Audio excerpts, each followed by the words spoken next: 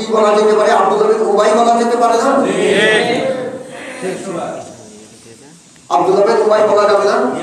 এখন তো শেষ টম হিসেবে আমাদেরকে আব্দুল্লাহ বিন উবাই বললো, আমাদেরকে মুসলমান বলছে না। বলছে আব্দুল্লাহ বিন উবাই তো মুসলমান গুলোই তো কি ছিল, প্রসিদ্ধ ছিল না যে ইসলাম কবুল করেছে, অথচ সে তো সে তো মুনাফিক না। তার মানে আল্লাহ তাআলার দেওয়া এবং রাসূলের আনিত সংবিধান সে কি করতে চায় না, অ্যাকসেপ্ট করতে চায় না। তাহলে আমাদের দেশে যারা নাকি মুসলমান দাবি করছে, দাবি করার সত্ত্বেও বাংলাদেশের সংবিধান যেটা নাকি ডাক্তার কামাল হোসেনের রচিত, এটাই মেনে চলবার জন্য তারা আগ্রহী বা এটা মানলে, এটা মানতে তারা সবসময় কি প্রস্তুত। এর বিপক্ষে কোরআনকে বাস্তবায়ন করবার জন্য তারা কোনো সময় প্রস্তুত নয়। তাই এদেরকে কি আব্দুল্লাহ বিন উবাই বলা যাবে কি যাবে? একটা সত্য কথা, আচ্ছা এই কথা শুনুন, তাই একমত হলে দরকার নাকি? এখন দেখি যারা কোরআনকে সংবিধান হিসেবে মানবে না, আদালত মানবরচিত সংবিধান তারা নিজেদের সংবিধান হিসেবে মেনে নেবে, তারা যতই মুখে বলুন লা ইলাহা ইল্লাল্লাহ মুহাম্মাদুর রাসূলুল্লাহ এবং সব জায়গায় বলে বেড়াচ্ছে আমরা কি মুসলমান, নামাজ ৫ ওয়াক্ত আদায় করুন, রোজা ৩০টা রাখুন কি ২৯টা রাখুন, টাকা পয়সা আছে হজে যান এবং যাকাতও দিন, এদেরকে মুসলমান বলা যাবে না। কেন বলা যাবে না? কারণ তাদের তো ঈমানই নেই। তিনি আমার আগেই বলে দিয়েছেন, একটু সাহায্য করেছেন আমার। আচ্ছা, ঈমান যদি না থাকে, মূল বিষয় বস্তু যদি না থাকে, এখন সে কার কথা হবে?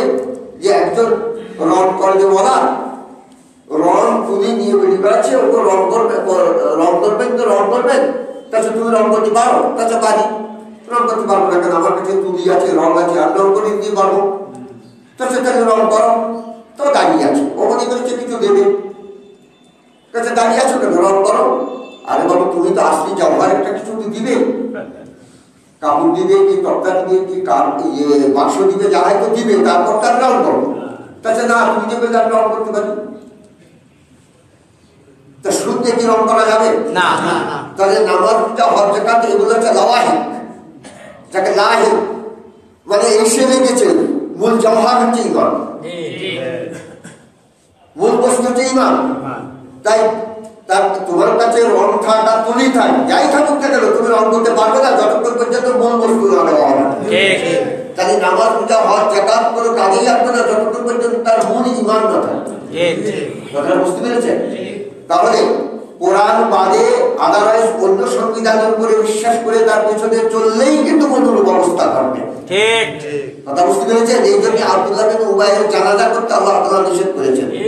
রাসূলুল্লাহ সাল্লাল্লাহু আলাইহি ওয়াসাল্লাম করতে গিয়েছিলেন, করতে পারেন নাই, করেন নাই।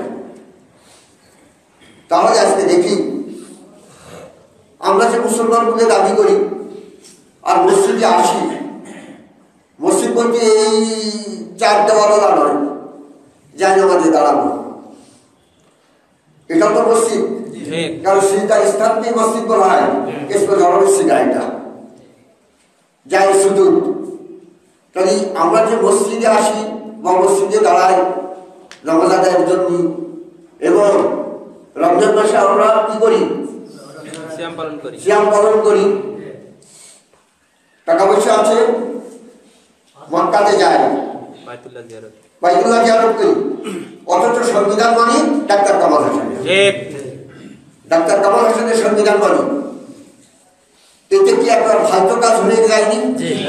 এটা তো কোনো মূলত কোনো মানে এর ভিতরে কোনো ফলই যায়, ফ্রুটলেস যাকে বলা যেতে পারে, একদম অশুভ কাজ এটা। এইবার আসি জায়গাতে দেখেন কোরআন কি বলছে? মূর্তি অপসারণের কথা বলছে, বলছে না? আর বাংলাদেশ সংবিধান বলছে যে মূর্তি আলাদা আর আমি এই জমার আগের জমাতে বলেছি, কথা বলি নাই, আজকে সেই কথাটা ভাঙব। তাহলে কোরআন নিয়ে প্রতিষ্ঠা করলেন নবী মুহাম্মদ সাল্লাল্লাহু আলাইহি ওয়াসাল্লাম আর ওনার সঙ্গীরা। প্রতিষ্ঠা করবার পরে দিয়ে এটা হচ্ছে অষ্টম হিজরির কথা হচ্ছে। যখন প্রতিষ্ঠা করলেন, কোন সময় প্রতিষ্ঠিত হলো কোরআন? কুল জাল হক জাহাদাল বাতিল ইন্নাল বাতিলা কানা যাহুকা। একটা আয়াত আছে না? এই আয়াতটা হুজুর রাসূলুল্লাহ বললেন কোন সময়? মক্কা যখন বিজয় করলেন, তখন ওনার বয়স হচ্ছে 61। এই সময় উনি পড়লেন এই আয়াতটা, অবতরণ হয়েছে অনেক আগে। তারপরে দিয়ে এই জায়গায় উনি পড়ছেন কুল জাল হক জাহাদাল বাতিল ইন্নাল বাতিলা কানা যাহুকা, এই কথা বললেন। তার অর্থ হচ্ছে এই অর্থ আপনারা অনেক লোকেই জানেন যে তুমি বলো হক এসেছে বাতিল দূরীভূত হবে, হক এসেছে বাতিল দূরীভূত হবে। আচ্ছা, তাহলে হক আজকে এসেছে, তাহলে নবী মুহাম্মদ রাসূলুল্লাহ এর 8 বছর ফলে দিয়ে তার আগে যে 13 বছর তো নবুয়ত পাওয়ার পরে দিয়ে ওখানে ছিল, তখন কি হক ছিলেন না? ছিলেন। তাহলে এখন কেন নতুন করে বলা হলো হক এসেছে? ক্ষমতা হাতে পেয়েছে, তাই তো আপনারা সবাই বুঝে গেছেন, বুঝে যান নাই আপনারা? তাহলে ক্ষমতা পেয়েছে, তাই ক্ষমতাকে এখানে হক বলা হচ্ছে। তার মানে তোমার ক্ষমতা এসছে, তোমার ক্ষমতা হয়েছে, এবার কি করো? বাতিল দূরীভূত করো। এবার বাতিল কি করো? দূরীভূত করো। এর আগে দিয়েও কিন্তু মক্কাতে এসে হুজুর রাসূলুল্লাহ উমরা করেছেন, কিন্তু উমরা করেন নাই। সপ্তম হিজরি একটু আগে দিয়েও করে গেলেন, মানে অষ্টম হিজরি এটা হচ্ছে, সপ্তম হিজরি একটু আগে দিয়েই করে গেলেন। ষষ্ঠ হিজরিতে হয়তো মক্কা কাবা ঘরে আসতে দেয় নাই, ওখান থেকে সরে চলে গেছেন। পরবর্তী সপ্তম হিজরিতে উনি ওখান থেকে উমরা করে চলে গেছেন, তবু পুতুল রয়েছে। তখন কিন্তু কোন জাল হক জাহাদাল বাতিল ইন্নাল বাতিলা কানা যাহুকা বলেন তাই। আচ্ছা, এখন দেখি তাহলে এখানে হক বলতে কি? ক্ষমতা, ক্ষমতা, রাষ্ট্র ক্ষমতা। ক্ষমতা মানে রাষ্ট্র ক্ষমতা, রাষ্ট্র ক্ষমতা, শক্তি যাকে বলা যায়, মাইন্ড, এক্সেল পাওয়ার যাকে বলা যেতে পারে। দেখো, যখন উনি ক্ষমতা বলেন তখনই এই কথা বললেন, বলে কি করলেন? পুতুল সরালেন, সরালেন না? সবাই তো পুতুল সরিয়ে দেওয়া হলো না? এখন এখানে একটা কথা আছে যে ভাস্কর্য, ভাস্কর্য বলা হচ্ছে এমন পুতুলকে যে পুতুলের পেছনে ইতিহাস জড়িত আছে। তাই জাতির পিতা শেখ মুজিবুর রহমানের যে ভাস্কর্য, যে প্রতিকৃতি করছেন, এটা বলছে যে ওনার পেছনে ইতিহাস আছে। বাংলাদেশ স্বাধীন করেছেন, তারপর মুক্তি ফৌজির কমান্ড দিয়েছেন, কত কি করেছেন, এই সমস্ত সব একটা ইতিহাস আছে না? অবশ্যই আছে। আচ্ছা, মক্কাঘারে যে সমস্ত পুতুল ছিল তাদের পেছনে কি কোনো ইতিহাস ছিল?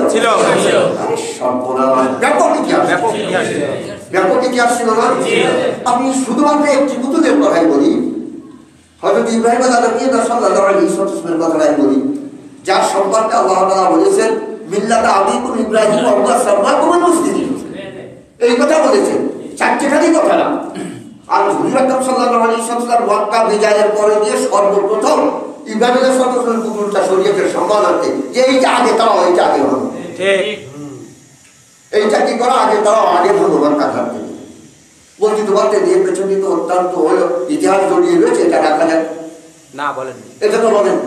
তাহলে ওইটা আগে দাঁড়িয়েছেন, তাই না? ইসমাইলকে দাঁড়িয়েছেন, ইয়াকুবকে দাঁড়িয়েছেন, ইসহাককে দাঁড়িয়েছেন, এই সমস্ত বড় ছিল না? এরা তো ব্যাপক বড় মানের মানুষ ছিলেন, নাকি? ইব্রাহিম, ইসমাইল, ইসহাক বড় মানের মানুষ ছিলেন, তাই না? মহামানব বলা যেতে পারে এদেরকে। তাহলে আজকে দেখি আমাদের দেশের যে অবস্থা, আপনারা যতক্ষণ পর্যন্ত সংবিধান না পাল্টাতে পারবেন অতক্ষণ পর্যন্ত আপনারা মুসলিমটাই হতে পারবেন না। তাহলে কি করে দাবি করতে চাচ্ছেন যে আমরা কি করবো? ভাস্কর্য ভাঙব? অনর্থক। কি করে দাবি করছেন? কারণ আপনাদের ভিতরে, আমাদের ভিতরে সেই ইমানই তো আসেনি এখন। কারণ আপনারা ভাস্কর্য ভাঙার আগে দিয়ে সংবিধান ভেঙে ফেলেন।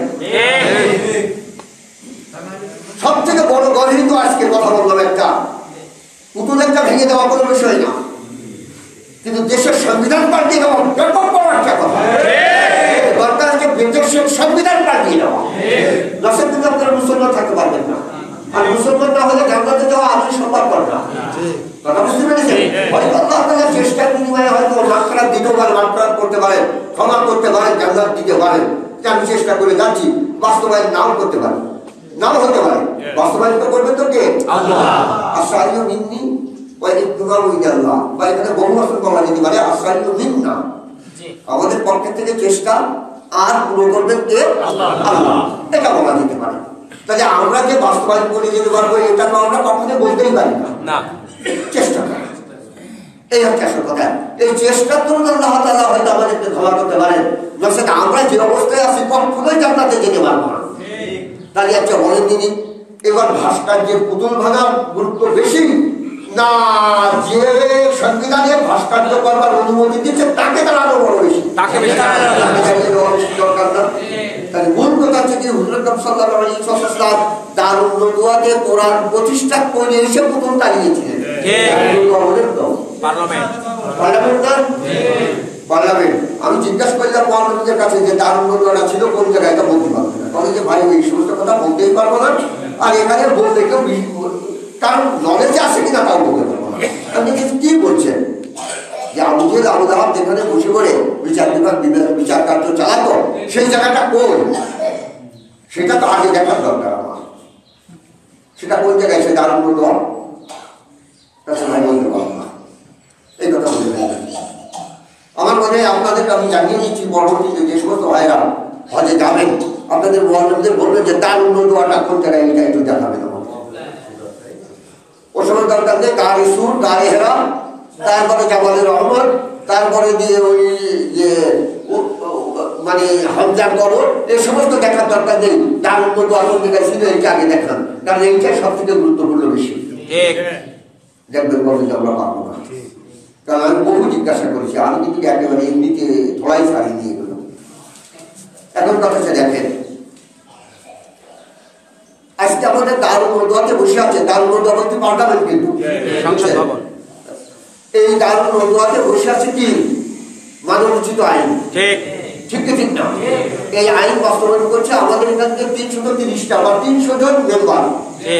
এই 300 জন মেম্বারই কিন্তু আমাদের ভিতর থেকে এসেছে, আমাদের নির্বাচিত মেম্বাররা। এটা হয়তো কিছু সঙ্গে বিরোধিতা করেছে, বেশিরভাগ সতর্কতা করে বলেই তো ওই জায়গায় যেতে পেরেছে। সে যে কায়দায় নিক না কেন, কারণ যে কায়দায় হোক না কেন নিয়ে তো নিয়েছে, এখন তার অস্বীকার করা যাবে না।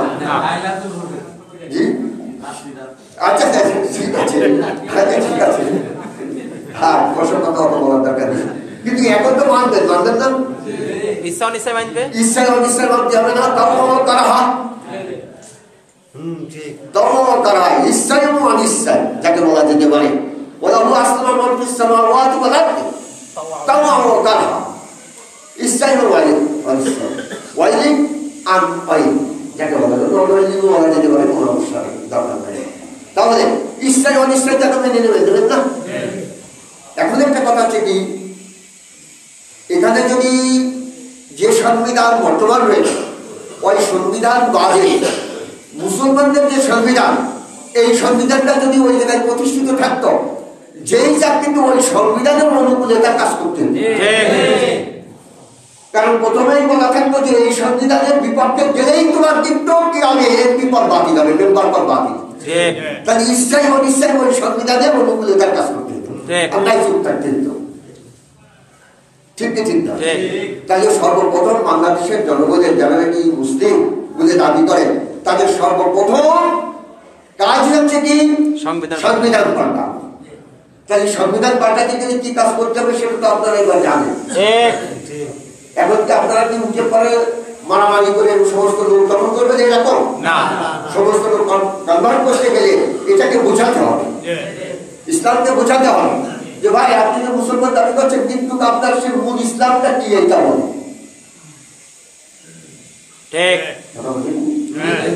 মূল ইসলামটা কি এটাই আমরা জানি না, আবার এদিকে মুসলমান বলে দাবি করছে। কারণ সৃষ্টিকুলের প্রতি স্রষ্টার বিধান, এইটাই সহজভাবে বলে দিলে বেশি ভালো হয়। সৃষ্টিকুলের প্রতি স্রষ্টার বিধানই তো মুসলমানের সেই মূল সত্তা, মূল ইসলাম এটা না। আর এখানে যে আমরা ফাঁসিতে বলেছি গর্দান দিয়ে হাজার মাথা, মানে আনুগত্যের মাথা ঝুঁকিয়ে দেওয়ার হুকুমের সামনে, মানে মেনে নেওয়া, এর নামই তো ইসলাম। তাহলে এখানে যখন নাকি সৃষ্টিকুলের প্রতি স্রষ্টার বিধানটাই যদি ইসলাম আমরা যদি মানি, তাহলে বাংলাদেশ সংবিধানটা কোরআনই হতে হবে, ঠিক না? এখন তাহলে মত পার্থক্য হয়ে যাওয়ার কারণটা কি? এইবার সেই বিশ্লেষণটা একটু করবো। বহু দল আছে, ইসলামী দল আছে, এটা অস্বীকার করতে পারবেন না আপনারা। বহু দল আছে, প্রত্যেকটা দলই মনে করে যে আমি সঠিক। দিক লাগা মানুষটা দিক লাগা অবস্থায় যেদিকে যায় ওই দিকেই ও সঠিক ভাবে যায়। কিন্তু আপনাদের দিক লেগেছে কিনা কোনোদিন জানি না, আমার কিন্তু মাঝে মাঝে লাগে। একদিকে চৌরাশায় এসে ব্যাপক দিক লেগে গেল। এই বেশ কিছুদিন আগে আমি বলছি যে বার্ধক্যজনিত কারণ শাসন, তখন কিন্তু গায়ে বেশ ভালো শক্তি বোঝা যাচ্ছে বলো, তবুও এরকম হয়ে গেছে। গাড়ি থেকে নামিয়েছি আর বুঝতে পারছি যে ওই কথাই নেমে গেছি, বুঝতে পারছি না যে সর্বনাশ করে তার কাছে বল বল মানছি যে হাসবে রে, এরকম মাঝে মাঝে হয়ে যায় আমার। কারণ মগজটাকে ভিন্ন দিকে, আমার সবসময় ব্রেনটা অন্য দিকে থাকে আমার, এই কারণে এইরকম হয়ে যায় মাঝে মাঝে, এরকম হয়ে যায়। আচ্ছা যান, তাহলে দিক লাগা মানুষটা দিক লাগা অবস্থায় যেদিকে যায় ও সঠিক ভাবে যায়, তাই কোনোদিন যেত না। আর যখনই নাকি দিক ছেড়ে যায়, কোনো সময় হয়তো দিক ছেড়ে যাওয়ার জায়গা হাজারতলা হয়ে পরে, আগের কথা বলছি, আগে হাজারতলা বেশি ছিল না, হাজারতলা বেশি ছিল না, এখনো বহু জায়গায় হাজারতলা আছে, কিন্তু কালীতলা হাজারতলা এরকম আছে কি? তাহলে ওই জায়গায় গেলে দিক যখনই সেরে যাবে তখনই সে বাড়ির দিকে দৌড় মারবে, তার গন্তব্যস্থানের দিকে দৌড় মারবে, মারবে কি পারবে না। আমাদের অনুরূপ কিন্তু একটা জিনিস আছে যে কোরআনের সুন্নাহ, এই জায়গায় আসলে তো আমাদের দিক ছাড়বে। কিন্তু কোন ব্যক্তি এদিকে আসতে চাচ্ছে না, কেন আসতে চাচ্ছে না তা জানেন? এর থেকে কিছু কিছু পার্ট দিচ্ছে, কোরআনের মূল আয়াত হচ্ছে 500টা। আজকে হয়তো আবার বলেন যে সর্বনাশ করেছে, এই জন্য কোরআনই বাদ দিয়ে দিল। আহকামের আয়াত কোরআন 500টা, আর হাদিস আছে 3000, হাদিস আছে 3000, এ আছে 500। তাহলে সীমিত না, অসংখ্য হাদিস না, হাদিসের সংখ্যা তো খুব বেশি অনেক। আর কোরআনে তো 6000-এর মধ্যে আয়াত, 6666 না, ওটা নাসিখ মনসুখ দিয়ে আবার হবে। তাই মুনি শিষ্যরা যে বলেছেন ক্যালকুলেট করে যে বলে দিয়েছেন ওরা ভুল বলে নাই, কিন্তু সেটা হচ্ছে নাসিখ এবং মনসুখ দিয়ে, কথা বুঝতে পেরেছেন? নাসিখ মনসুখ দিয়ে এরকম কথা বলেছেন। কিন্তু এখন যা দেখা যায় যে 6000-এর কিছু বেশি আছে। আচ্ছা, এই 6000 আয়াত সত্য আহকামের আয়াত না, কিন্তু তারাও আয়াত করে দিচ্ছেন। তাই তাদের অনুসারে বলছে যে আমাদের হুজুর যে আয়াত করেন না, কোরআন তো পড়েন, আমাদের হুজুর তো কোরআন পড়ে, আমাদের তো কোরআন পড়ে কি করে বয়ান করেন, যখন মধুর আলাপ আছে। কি আলাপ করেছে? আমাদের হুজুর এইরকম আলাপ করেছে যে মরিয়ে যাওয়ার পরে কেউ হুজুরের গায়ে টাচ রাখতে তার জান্নাতে না দিয়ে হুজুর আপনারা ভেদে সব পড়ে রাখবেন, আছে। তাহলে এই হুজুর সব থেকে বড় হুজুর না? মরিয়ে যাওয়ার পরে দিয়ে গায়ে টাচ করলে যদি জান্নাতে নিয়ে যায়, তাহলে জীবন দশায় যতগুলো টাচ করে সব কয়টা তো নিয়ে যাবে। তাই আর বাকি জায়গায় আর লোক থাকবে, সব জান্নাতে যাওয়ার, আমরা সবাই জান্নাতে যাওয়ার আশাবাদী না, এটা আমরা সবাই ওই জায়গায় চলে যাবো, কথা বুঝতে পেরেছেন? কিন্তু মরে যাওয়ার সঙ্গে সঙ্গে যে মানুষের সমস্ত কৃতকর্ম বন্ধ হয়ে যায়, তিনটে জিনিস বাজার সব বন্ধ হয়ে যায়। তাহলে উনি কি করে আমাদের জান্নাতে নেবেন? এটা আমাদের এমন একটা ভ্রান্ত ধারণা আমাদের মাথায় ঢুকিয়ে দিয়েছেন, সে আর বলার কথা না। আবার একবারে বলছেন যে শুধুমাত্র যদি এইভাবে ঘুরে বেড়াই তাহলে আমরা জান্নাতে যাবো, কারণ 1 ঘন্টা আল্লাহর রাস্তায় ঘোরাফেরা বহু সওয়াব, মানে সে কথা বলে শেষ করা যাবে না, এরকম কথা বলে বেড়াচ্ছে না। তাই বিচিত্র আদর্শের লোক করে ওই একই জায়গায় হয়ে ওই কথা বলছে যে আমরা তোদের দল করি না, আমরা আবার তবলিগ জামাত, এরকম কথা বলছে। তবলিগ জামাত, জামাত মানে কি ভাই? দল। সত্যই টাওয়ার কথা দিতে পারে না, মানে বিশৃঙ্খলা লোক এক জায়গায় নিয়ে দিয়ে হুজুম করে, এটাকে তো টাওয়ার বলে।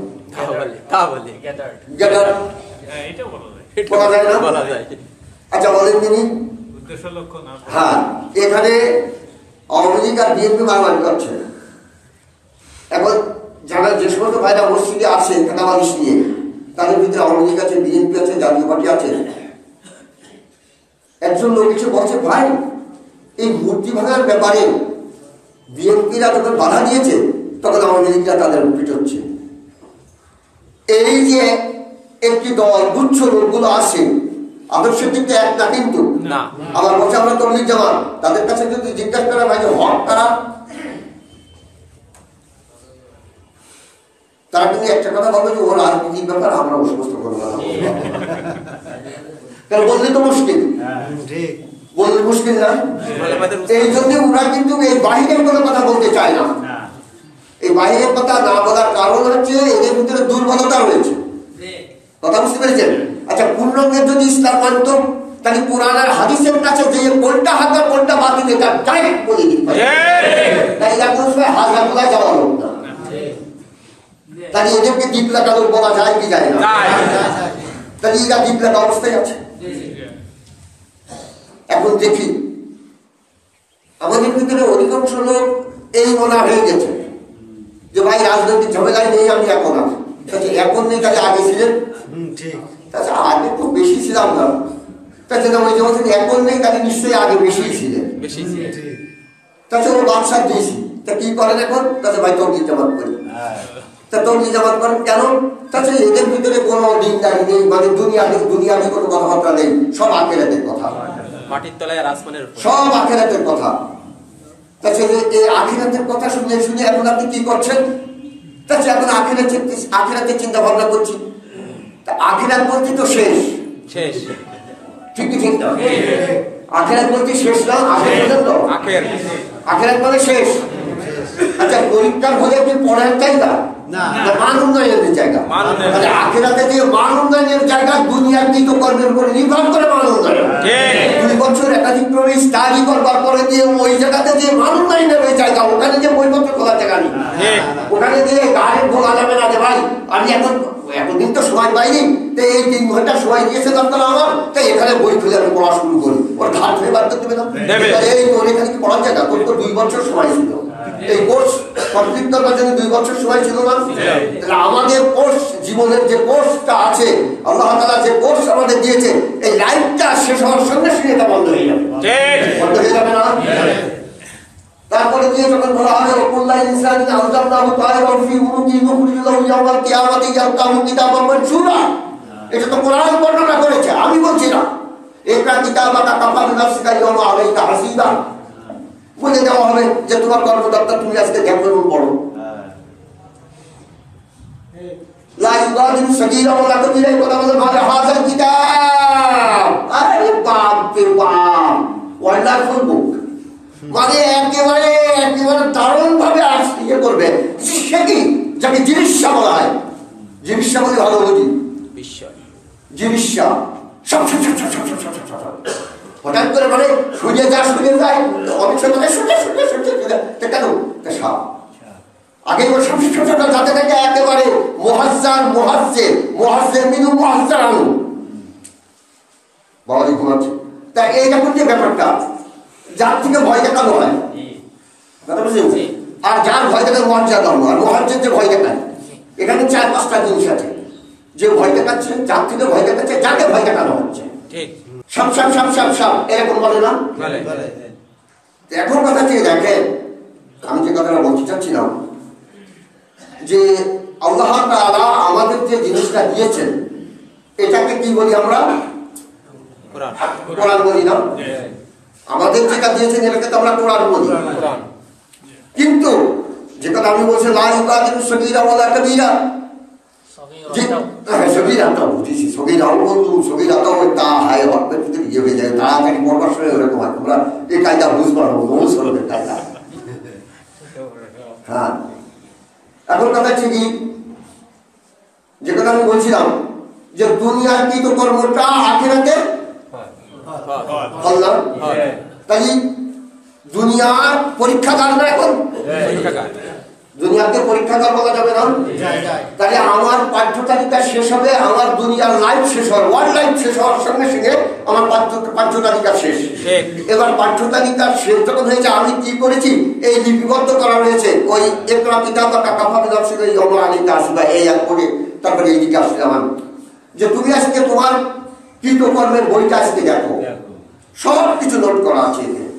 তখনই দেখার সঙ্গে সঙ্গে ব্রেনে যখন উপস্থিত হয়ে যাবে, অনেক সময় দেখেন না, ওই খানার বাড়ি তো গিয়ে দাও, কি দেখাই তোর মনে আছে? আমার বাড়ি সকালে খালি দুপুরে মনে থাকে না, তার থেকে একটা ঘটি দই দিয়ে তো মনে আছে, তোর মনে পড়েছে বিদ্যাধার দিয়ে ঘটি দই দিয়ে দেন, মনে শিখেছিলাম, ব্রেনে শিখেছিলাম। আসার সঙ্গে সঙ্গে সে তখন লাভ করে পড়েছে যে সত্যি তো আমি তো ভুলেই গেছিলাম, যখনই নাকি কর্মদপ্তর সামনে দিয়ে দেওয়া হবে আল্লাহ তাআলা তার ব্রেনের সমস্ত কৃতকর্মটা উনি একের পর এক দিতে থাকবে, ও তাকাতে থাকবে আর দেখবে যে এটা তো করেছি, এটা তো করেছি, তখন আফসোস করে বলবে যে এটা কেমন ধরনের একটা বই যে যার ভিতরে ছোট বড় কোনো কিছু ছেড়ে দেওয়া হয় নাই, আমার কৃতকর্ম সবটাই লিপিবদ্ধ আছে। কোনো নামিনার ব্যাপার, এটা তো দুনিয়ার ব্যাপার, ঠিক না? তাই একজন মুসলমান হতে লাগে দুনিয়ার কৃতকর্ম যদি তার সঠিক হয় সেই হবে মুসলমান। দুনিয়া ছেড়ে দিয়ে, ক্ষেত্র ছেড়ে দিয়ে কোনোদিন চাষ করা যায় না, যায় না। তাই ক্ষেত বাদ দিয়ে চাষ করবে, সেই জন্যই তো যদিও হাদিস না, এটা কেউ কেউ বলেন হাদিস আর দুনিয়া মাজরাতুল আখিরা, এটাকে বিভিন্ন রকমের রূপ দিয়েছে। এটা যা আমরা বলতে চাচ্ছি না, হয়তো এখানে অনেক লোক বলবেন যে উনি জাল হাদিস বলেছেন, এটা একটু কনফিউশন আছে এর ভিতরে। তো কিন্তু মওকুলা হিসেবে তো মেনে নেওয়া যাবে দুনিয়ার কৃতকর্ম আখিরাতের সমস্ত সবকিছু। তাহলে আজকে যদি আপনি দুনিয়ার কৃতকর্ম বাদ দিয়ে যদি আখিরাত নিয়ে যদি চিন্তা ভাবনা করেন, তাহলে এটা একদম নিছক পাগলামি হবে, নিছক পাগলামি হবে না? তাহলে দুনিয়ার কৃতকর্ম যদি আপনার সঠিক করতে হয়, দুনিয়া চলবার আপনার জীবনের সমস্ত বিভাগে দুনিয়ার যে জায়গায় আপনি যাবেন সেই জায়গায় আপনার ইসলাম অনুযায়ী কাজ করতে হবে। আপনার জীবনে যদি আপনি রাজনীতিতে যান, তাও বাংলাদেশের কোন লোকটা যার বয়স 18 এবং 25 প্রত্যেকেই কি ভোটার, তাহলে প্রত্যেকেই রাজনৈতিকের সঙ্গে জড়িত কি জড়িত না? তাই এদের প্রত্যেকটা ব্যক্তির নৈতিক দায়িত্ব না রাজনৈতিক আল্লাহ তাআলার দেওয়া নিয়ম নীতি অনুযায়ী হওয়া দরকার। রাজনীতিটা কোন নিয়ম নীতিতে হওয়া দরকার? আল্লাহর দেওয়া নিয়ম নীতিতে হওয়া দরকার না? আচ্ছা, অর্থনীতিতে জড়িত না বাংলাদেশের কোন লোকটা বলেন তো ভাই? যার বিবেক হয়েছে, আল্লাহ তাআলা বলে দিয়েছেন না যে এতিমের কাছে মাল অতক্ষণ সপোর্ট করো না, ওকে পরীক্ষা নিরীক্ষা করে দেখো যে এই মাল রক্ষণাবেক্ষণ করবার ক্ষমতা, কমন সেন্স তার হয়েছে কিনা, তাহলে যাও। এইরকম ধরনের যারা বালিক হয়েছে, আকলান হোক আর সেন্নান হোক, বালিক তো 3 প্রকারের, হলুমান পলিটিশন যাকে বলা যায়, ডে হোক আর নাইট হোক, আর আকলান বিবেকে, আর হচ্ছে সেন্নান বয়সী। নারী পুরুষ যেখানে বলেন না কেন, নারীদের তো সে আপনারা জানেন কি হলে স্বাভাবিক হয়।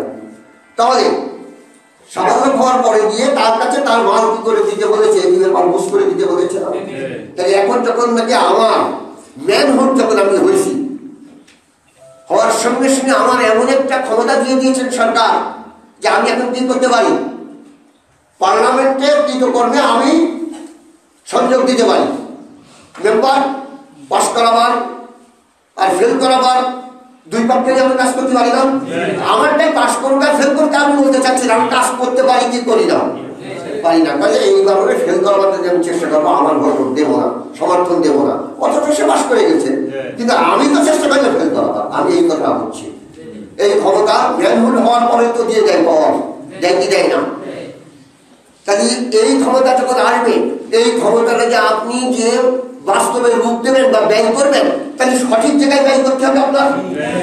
যে আমি যে জায়গায় ব্যয় করবো সে জায়গাটার মেম্বারটা কি হবে, আল্লাহর দেওয়া নীতিমালার মাধ্যমে সমাজ ব্যবস্থা চালাবে। তাহলে আপনিও আল্লাহর দেওয়া নীতিমালার মাধ্যমে সমাজ চালাবার ব্যবস্থাপনা করবার যদি আপনি চেষ্টা করলেন, আপনি কি করলেন? সওয়াবের কাজ করলেন, ঠিক কি ঠিক না? এখন আমি বললাম যে না, আমি ওকে দেবো না, যে ব্যক্তি নাকি মানবরচিত আইন বাস্তবায়ন করবার জন্য চেষ্টা করছে, এইবার সবাই তার পক্ষে লেগে আছে, আমি তার পক্ষে যাবো, আপনিও দাঁড়িয়ে হয়ে যাবেন, দাঁড়িয়ে হয়ে যাবেন না? তাহলে মেম্বাররা যে ওখানে যাবে বিন্দু বিন্দু ক্ষমতা নিয়ে আমাদের কাছ থেকে, ঠিক কি ঠিক না? বিন্দু বিন্দু ক্ষমতা নিয়ে যাবে না? বিন্দু বিন্দু ক্ষমতা নিয়ে গিয়ে সেখানে যে তারা বসবে, 300 জন বসবে, সারা বাংলাদেশের বিন্দু বিন্দু ক্ষমতা 300 জনের ভিতরে বন্টন হবে। আপনি দেন আর না দেন সে কথা বলছি না। এখন যদি 50 জন দেন আর কেউ না দেন, তাহলে ও 50টা বাদই তো ওখানে চলে যাবে, যাবে না? তাহলে আপনি আর সবুত নিষ্পুর রিজা একটা কথা আছে, মৌনতা আবার সম্মতির লক্ষণ। আপনি তেমনি বসে রয়েছেন তো দেওয়ার খাতে ধরে দেবে, ওটা কথা ও দিয়ে দিয়ে সময়। মৌনতা সম্মতির লক্ষণ না, এটা জানেন তো? আর সবুত নিষ্পুর রিজা, এটা আরবিতে পড়েছিলাম আমি। আচ্ছা যাক, তাহলে মৌনতা সম্মতির লক্ষণ যখন, তখন আপনি তো আচ্ছা মৌনতা যখন সম্মতির লক্ষণ, আপনি আচ্ছা ভালো সময় লাগেন, আপনিও সমর্থক হয়ে গেছেন, গেছেন না? যাওয়ার পরে গিয়ে ও কি করছে? মানবরচিত আইন দিয়ে কোরআনের বিপক্ষে আইন পাস করছে, আপনি দায়ী হয়েছেন। ঠিক, কারণ আপনি চুপ করেছিলেন, বিপক্ষতা করেন নাই। বিপক্ষতা করেন নাই। হয়তো বলতে পারেন যে হুজুর বিপক্ষতা করবো কি করে? জেলের আশঙ্কা আছে, অর্থদণ্ডীর আশঙ্কা আছে, মার খাওয়ার আশঙ্কা আছে। আচ্ছা, আল্লাহ রসুল যখন 313 জন নিয়ে গেছিলেন উহুদ ময়দানের কথাটাই বলি বেশিরভাগে, উনি 1000 সৈনিক নিয়ে উহুদ ময়দানে গেছিলেন না? 300 পর থেকে ভেঙে গেছিলেন। হুজুর আকরাম সাল্লাল্লাহু আলাইহি ওয়াসাল্লাম তোমরা তাদের রাস্তাকে ছেড়ে দাও, ওরা চলে যাক। ব্যাপক কথায় জায়গায় ব্যাপক ইতিহাস আছে, বাদ বাকি চলো, ছেড়ে দাও, কারণ তারা থাকলে বিশৃঙ্খলা ঘটাবে, ওদেরকে ছেড়ে দাও। তারপরে দিয়ে একটা ছোট্ট করে একটা কথা বলি। শেষ পর্যন্ত হুজুর আকরাম সাল্লাল্লাহু আলাইহি ওয়াসাল্লাম বলেছিলেন, আল্লাহর নবী যখন নাকি জিহাদের পোশাক পরে, যুদ্ধের পোশাক বলি আমরা, আর আরবিতে জিহাদ, জিহাদের পোশাক যখন গায়ে ধারণ করে, বর্মা পরে, তলোয়ার হাতে নেয়, ঢাল হাতে নিয়ে যখন নাকি জিহাদের ময়দানে যায় কাফেরের বিপক্ষে লড়াই করতে, অতক্ষণ পর্যন্ত সে চুপ থাকে না বা বিরতি হয় না যতক্ষণ পর্যন্ত সে শহীদ না হয়, অথবা আল্লাহ তাআলা তাকে নিষেধ না করে। আল্লাহ যদি নিষেধ করে তখন ক্ষান্ত হয়, আর শহীদ হয়ে গেলে তার কোনো কথাই নাই। তাহলে উনি তো সরবেন না, ঠিক কি ঠিক না? তাহলে আপনার মূলত আপনি যে মূলত অবলম্বন করে যে গা বাঁচিয়ে যাবেন, এদিকে যে আল্লাহর দেওয়া বিধান কি হয়ে যাচ্ছে, পরাজিত হয়ে যাচ্ছে, তাহলে আপনি মৌলতা থেকে গা বাঁচিয়ে যাওয়া মানে দোজখের খড়ি হওয়া। কথা বুঝতে পেরেছেন? এই জন্যই এই জিহাদের ময়দান আর জিহাদের ময়দানে একটা পার্থক্য নেই, কারণ বোধ এবং সংস্থা যাকে বলা যেতে পারে, বহু প্রবর্তির কারণে নেতামত পাল্টিয়ে যায়। ছোট্ট করে বুঝিয়ে দিচ্ছি কথাটা। গাভী গরম হলে এখন ইনজেকশন দেয়, তাই না? কিন্তু আমরা তো মনে করতাম আগে সার বাদে বা যাকে বলা যায় এনে বলি আর সার বলি, এটা বাদে প্রযোজন হয় না। কিন্তু এখন তো একটা বিজ্ঞান প্রযুক্তি দিতেছে যে ও সমস্যার দরকারই নাই। আগে গ্রামগঞ্জে সার ছেড়ে দেওয়া থাকতো না, ধনী লোকেরা একই গ্রামে 3-4কে সার ছেড়ে দিয়েছে, তারা খেয়ে বেড়াইতো আর হুক্কা মেরে বেড়াইতো, বলে তো কি বেড়াইতো না। কিন্তু আমরা তো মনে করতাম এই হচ্ছে প্রযোজনের মাধ্যম, কিন্তু এখন তো দেখে নিয়েছি যে অস্ট্রেলিয়া থেকে বীজ নিয়েছে, এখানে প্রজনন করছে, করছে কি করছে না, থাইল্যান্ড থেকে নিয়ে আসছে, অমুক জায়গাতে নিয়ে আসছে, নিয়ে এসে প্রজনন করছে। তাই যেটা আমার পার্টিকে কর্ম পদ্ধতি পাল্টিয়ে গেছে, কিন্তু উদ্দেশ্য কি আছে? একই আছে না উদ্দেশ্য? উদ্দেশ্য তো একই আছে। তাহলে এখন যদি তলোয়ার তীর নিয়ে বদর প্রান্তর উহুদ প্রান্তরে গিয়েছে তাদের বিপক্ষে লড়াই করতে, আর পাশে থেকে বলে দিয়েছে সাক্ষাৎ মৃত্যুর দ্বারে পৌঁছে যাবে না। যখন নাকি উহুদ ময়দানে যাচ্ছেন, লোক ভেঙে গেল, বা বদর প্রান্তরে যাচ্ছে, বহুত লোকে বলছে যে ওর সর্বনাশ, কুরাইশদের বিপক্ষে এরা লড়াই করতে যাচ্ছে, তাদের সৈনিক কত? এরা মাত্র 313 জন, আর ওরা 1000-এর বেশি। এদের তলোয়ার 3 জনের একটা, এদের ঘোড়া নাই, হয়তো একটা কি দুটো ঘোড়া, যাই থাক, সে 2 টাকা 3টে থাক, একার প্রতিবাহী ঘোড়া, তলোয়ারও কম, রসদপাতি কম, আর বদর প্রান্তরে যাচ্ছে। আবু জেহেল কত বড় শক্তিশালী এবং সরমায়াদার পুঁজিপতি তারা। মক্কার লোকেরা সব ধনী ছিল না, ব্যবসাদার ছিল না মক্কার লোকেরা, এরা ছিল সরমায়াদার, অত্যন্ত পুঁজিপতি, তাদেরকে লিস্ট যাকে বলা যেতে পারে, তারা দারুণ পুঁজিপতি ছিল। তাদের বিপক্ষে লড়াই করা এটা তো সাক্ষাৎ মৃত্যু ছাড়া আর কিছুই না। কিন্তু সাহাবীরা পিছিয়েছেন না, কি জন্য পিছন নয়? কারণ এই দুনিয়া তো অনলাইনটা একেবারে লিটিল, একেবারেই ক্ষুদ্র, ক্ষুদ্র না, কিন্তু আপনার মৃত্যুর পর দিয়ে যে লাইফটা, এটা তো অনন্ত, এর কোনো শেষ নাই। তো শুরু আছে কিন্তু শেষ নাই। আজকে যদি সত্যিকারে আপনি আমি চুপ থাকার দরুন যদি মানবরচিত আইন যদি আরো যদি জেগে বসে, তাই আমরা কালকে কিয়ামতে আল্লাহর দরবারে দাঁড়িয়ে পড়ে তার জবাব দিয়ে দিতে পারবো না, কখনোই দিতে পারবো না। অন্তত পক্ষে চেষ্টা করতে হবে আমাদের, ঠিক ঠিক না? তাই ভাস্কর্য তারাবার আগে গিয়ে সংবিধান তারাবার চিন্তা এই মাথায়, সংবিধান তারাবার চিন্তা করলে ভাস্কর্য এমনি পরিণত হয়ে যাবে। আমি আর ভুল বললাম না, কথাটা এবার বুঝতে পেরেছেন? আপনারা ভাস্কর্য নিয়ে এত দৌড়দৌড়ি করার দরকার নেই, রাতের অন্ধকারে যে ভাঙা দরকার নেই, সিসি ক্যামেরায় ধরা পড়ার দরকার নেই, এ সমস্ত কোনো কিছুরই দরকার নেই। এ চাটু ঘোড়া টেনে ধরা যায় না। ঠিক। এটা লাগাম লাগিয়ে আগে তার জিনপোষ খুলে দেন, মানবরচিত আইনকে সংগ্রাম পার্লামেন্ট থেকে তাড়িয়ে দেন। কথা বুঝতে পেরেছেন? যে 360 পুতুল একটা টাকা তাড়াবার দরকার নেই, 360 পুতুল রাখবার যে আইনটা ওইটাই আগে বাতিল করেন, ও এমনি করবে ঠিক না? সেটা তো করবেন না, সেটা করবেন করতে যাই তাই হয়ে যাক লা ইলাহা ইল্লাল্লাহ, কারো কিছু বলবো না, লা ইলাহা ইল্লাল্লাহ, কারণ লা ইলাহা ইল্লাল্লাহ বলে জান্নাতে যাওয়া যাবে। মান ক্বালা লা ইলাহা ইল্লাল্লাহ ফাকাদ দাখালা ফিল জান্নাহ। قال النبي صلى الله عليه وسلم اليوم بعد الفجر من قال لا اله الا الله فقد دخل في الجنه।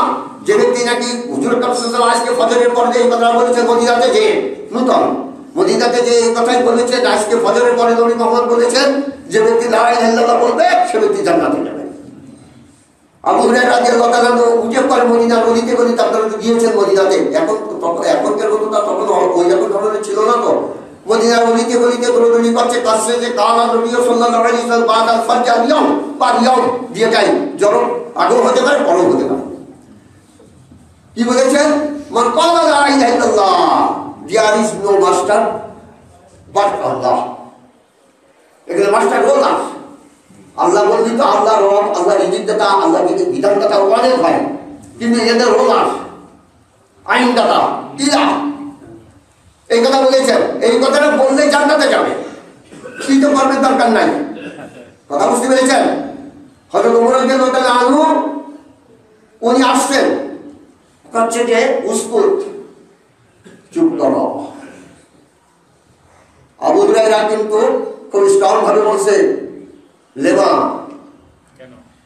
কি জন্য আসবো, আমি চুপ করবো কি জন্য? হযরত ওমর তো রাগী মানুষ,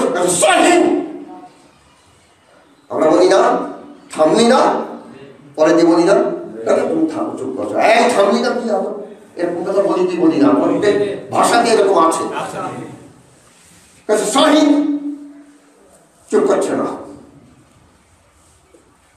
মেরেছে চর মানি উনি পড়ে গেছে। হযরত আবু হুরায়রা রাদিয়াল্লাহু তাআলা আনহু কাঁদতে কাঁদতে হুজুর কাবসাল্লামের কাছে আসছেন, উনি ওই অবস্থায় বসা আছেন কিন্তু ফজরের পরে কথা বলছেন। ওইটা বলার সঙ্গে সঙ্গে উঠে হযরত আবু হুরায়রা দৌড় মেরে বলাবলি করছে, আর এই ফজরে ওমর মেরে দিয়েছে। তারপরে যে যখন নাকি আবু হুরায়রা কাঁদতে কাঁদতে হুজুর কাবসাল্লামের কাছে এসেছেন, হুজুর কাবসাল্লাম বলছেন মা ইউকিকা ইয়া আবু হুরায়রা, তোমাকে কিসে কাঁদিয়েছে? এই কি হয়েছে তোর কাঁদছিস কেন? আমরা বলি না কি হয়েছে তোর কাঁদছিস কেন, আর আরবিতে বলে মা ইউকিকা, কোন জিনিসে তোমাকে কাঁদিয়েছে?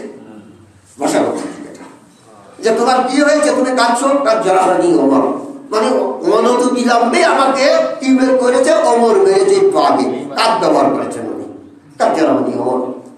হুজুর কাবসাল্লাম মুক্তি দিয়ে বলছেন ইমা জারাবতা, তুমি মানলে কেন? জারাবতা হোক, তুমি মানলে কেন? হযরত ওমর তখন বিবৃতি দিলেন, নয়া মুসলমান সব যদি শুধু এতটুকুনি বলে রাখা হয় যে মান ক্বালা লা ইলাহা ইল্লাল্লাহ ফাকাদ দাখালা ফিল জান্নাহ, যে ব্যক্তি লা ইলাহা ইল্লাল্লাহ বলবে সে ব্যক্তি জান্নাতে যাবে, তাহলে আদারওয়াইজ আর ইসলামের কোনো কাজ করবে না। কারণ ইয়া আইয়ুহাল্লাযীনা আমানু উদখুলু ফিস সিলমি কাফা থাকবে না। হযরত ওমরের সাথে কয়েকটা আয়াত অবতরণ হয়েছে। তাহলে কোন ধরনের ব্যাপার? রাসূল কি ভুল বলেন নাই? আমি তো বলেছি বলবার পরে দিয়ে একটা মেয়ে একটা ছেলের সঙ্গে আসে, ছেলে যদি বলে এক গ্লাস পানি দাও, তাহলে না আমি তো বলেছি এই বলে আসছি, পানি দেওয়ার কথা বলে আসিনি, এই কথা কি আর বলতে পারবো? সে বুদ্ধিমতী হয়, তার ভিতরে যদি বুদ্ধিমত্তা থাকে তাহলে পানি দেওয়ার কথা বলে আগেই দৌড়িয়ে যে পানি দেবে না সে, আর একজন দিলে তো রাগ হবে। অনেক সময় হয় না এরকম রাগ যে কেন তোমার কাপড় অন্য লোককে কাছবে কেন, আমি থাকতি পানি তুমি আর একজনের কাছে সাবা কেন? আছে কি নেই? অনেকে এরকম আছে কি? আর কেউ তো বলে যাহাই হইবে যাক, যে পারে করবে যাক, আমি আমার মতো থাকি, সেটা হচ্ছে আলাদা কথা, ঠিক কি ঠিক না? এখন কথা হচ্ছে যে লা ইলাহা ইল্লাল্লাহ বললে যে কি করতে হবে, হযরত ওমর যখন বিশ্লেষণ করে দিলেন, হুজুর কাবসাল্লাম চুপ হয়ে গেলেন। যে এক্সপ্লেইন যখন হয়ে গেল কথা, মানে দারুণ ভাবে যখন নাকি এক্সপ্লেইন করে দিল, একবার চতুর্দিকে ছড়িয়ে দিল কথার মুভমেন্টটা, যে প্রত্যেকটা লোক এতটুকু বলে চুপ হয়ে থাকবে। আমাদের ভিতরে বহু লোক আছে লা ইলাহা ইল্লাল্লাহ জিকির করে জান্নাতে যেতে চায়, অথচ লা ইলাহা ইল্লাল্লাহর দাবি পূরণ করতে চায় না। লা ইলাহা ইল্লাল্লাহর দাবি যতক্ষণ পর্যন্ত কোনো ব্যক্তি যদি পূরণ না করে, সে ব্যক্তি এক মুসলমান হবে না, এর মুসলমান, তাছাড়া মূলত সে মুসলমান না। আমাদের মুসলমান হিসাবে যদি মরতে হয় তাহলে কি করতে হবে? কোরআনকে সংবিধান হিসাবে বাস্তবায়ন করতে আবারও চেষ্টা করে দিতে হবে।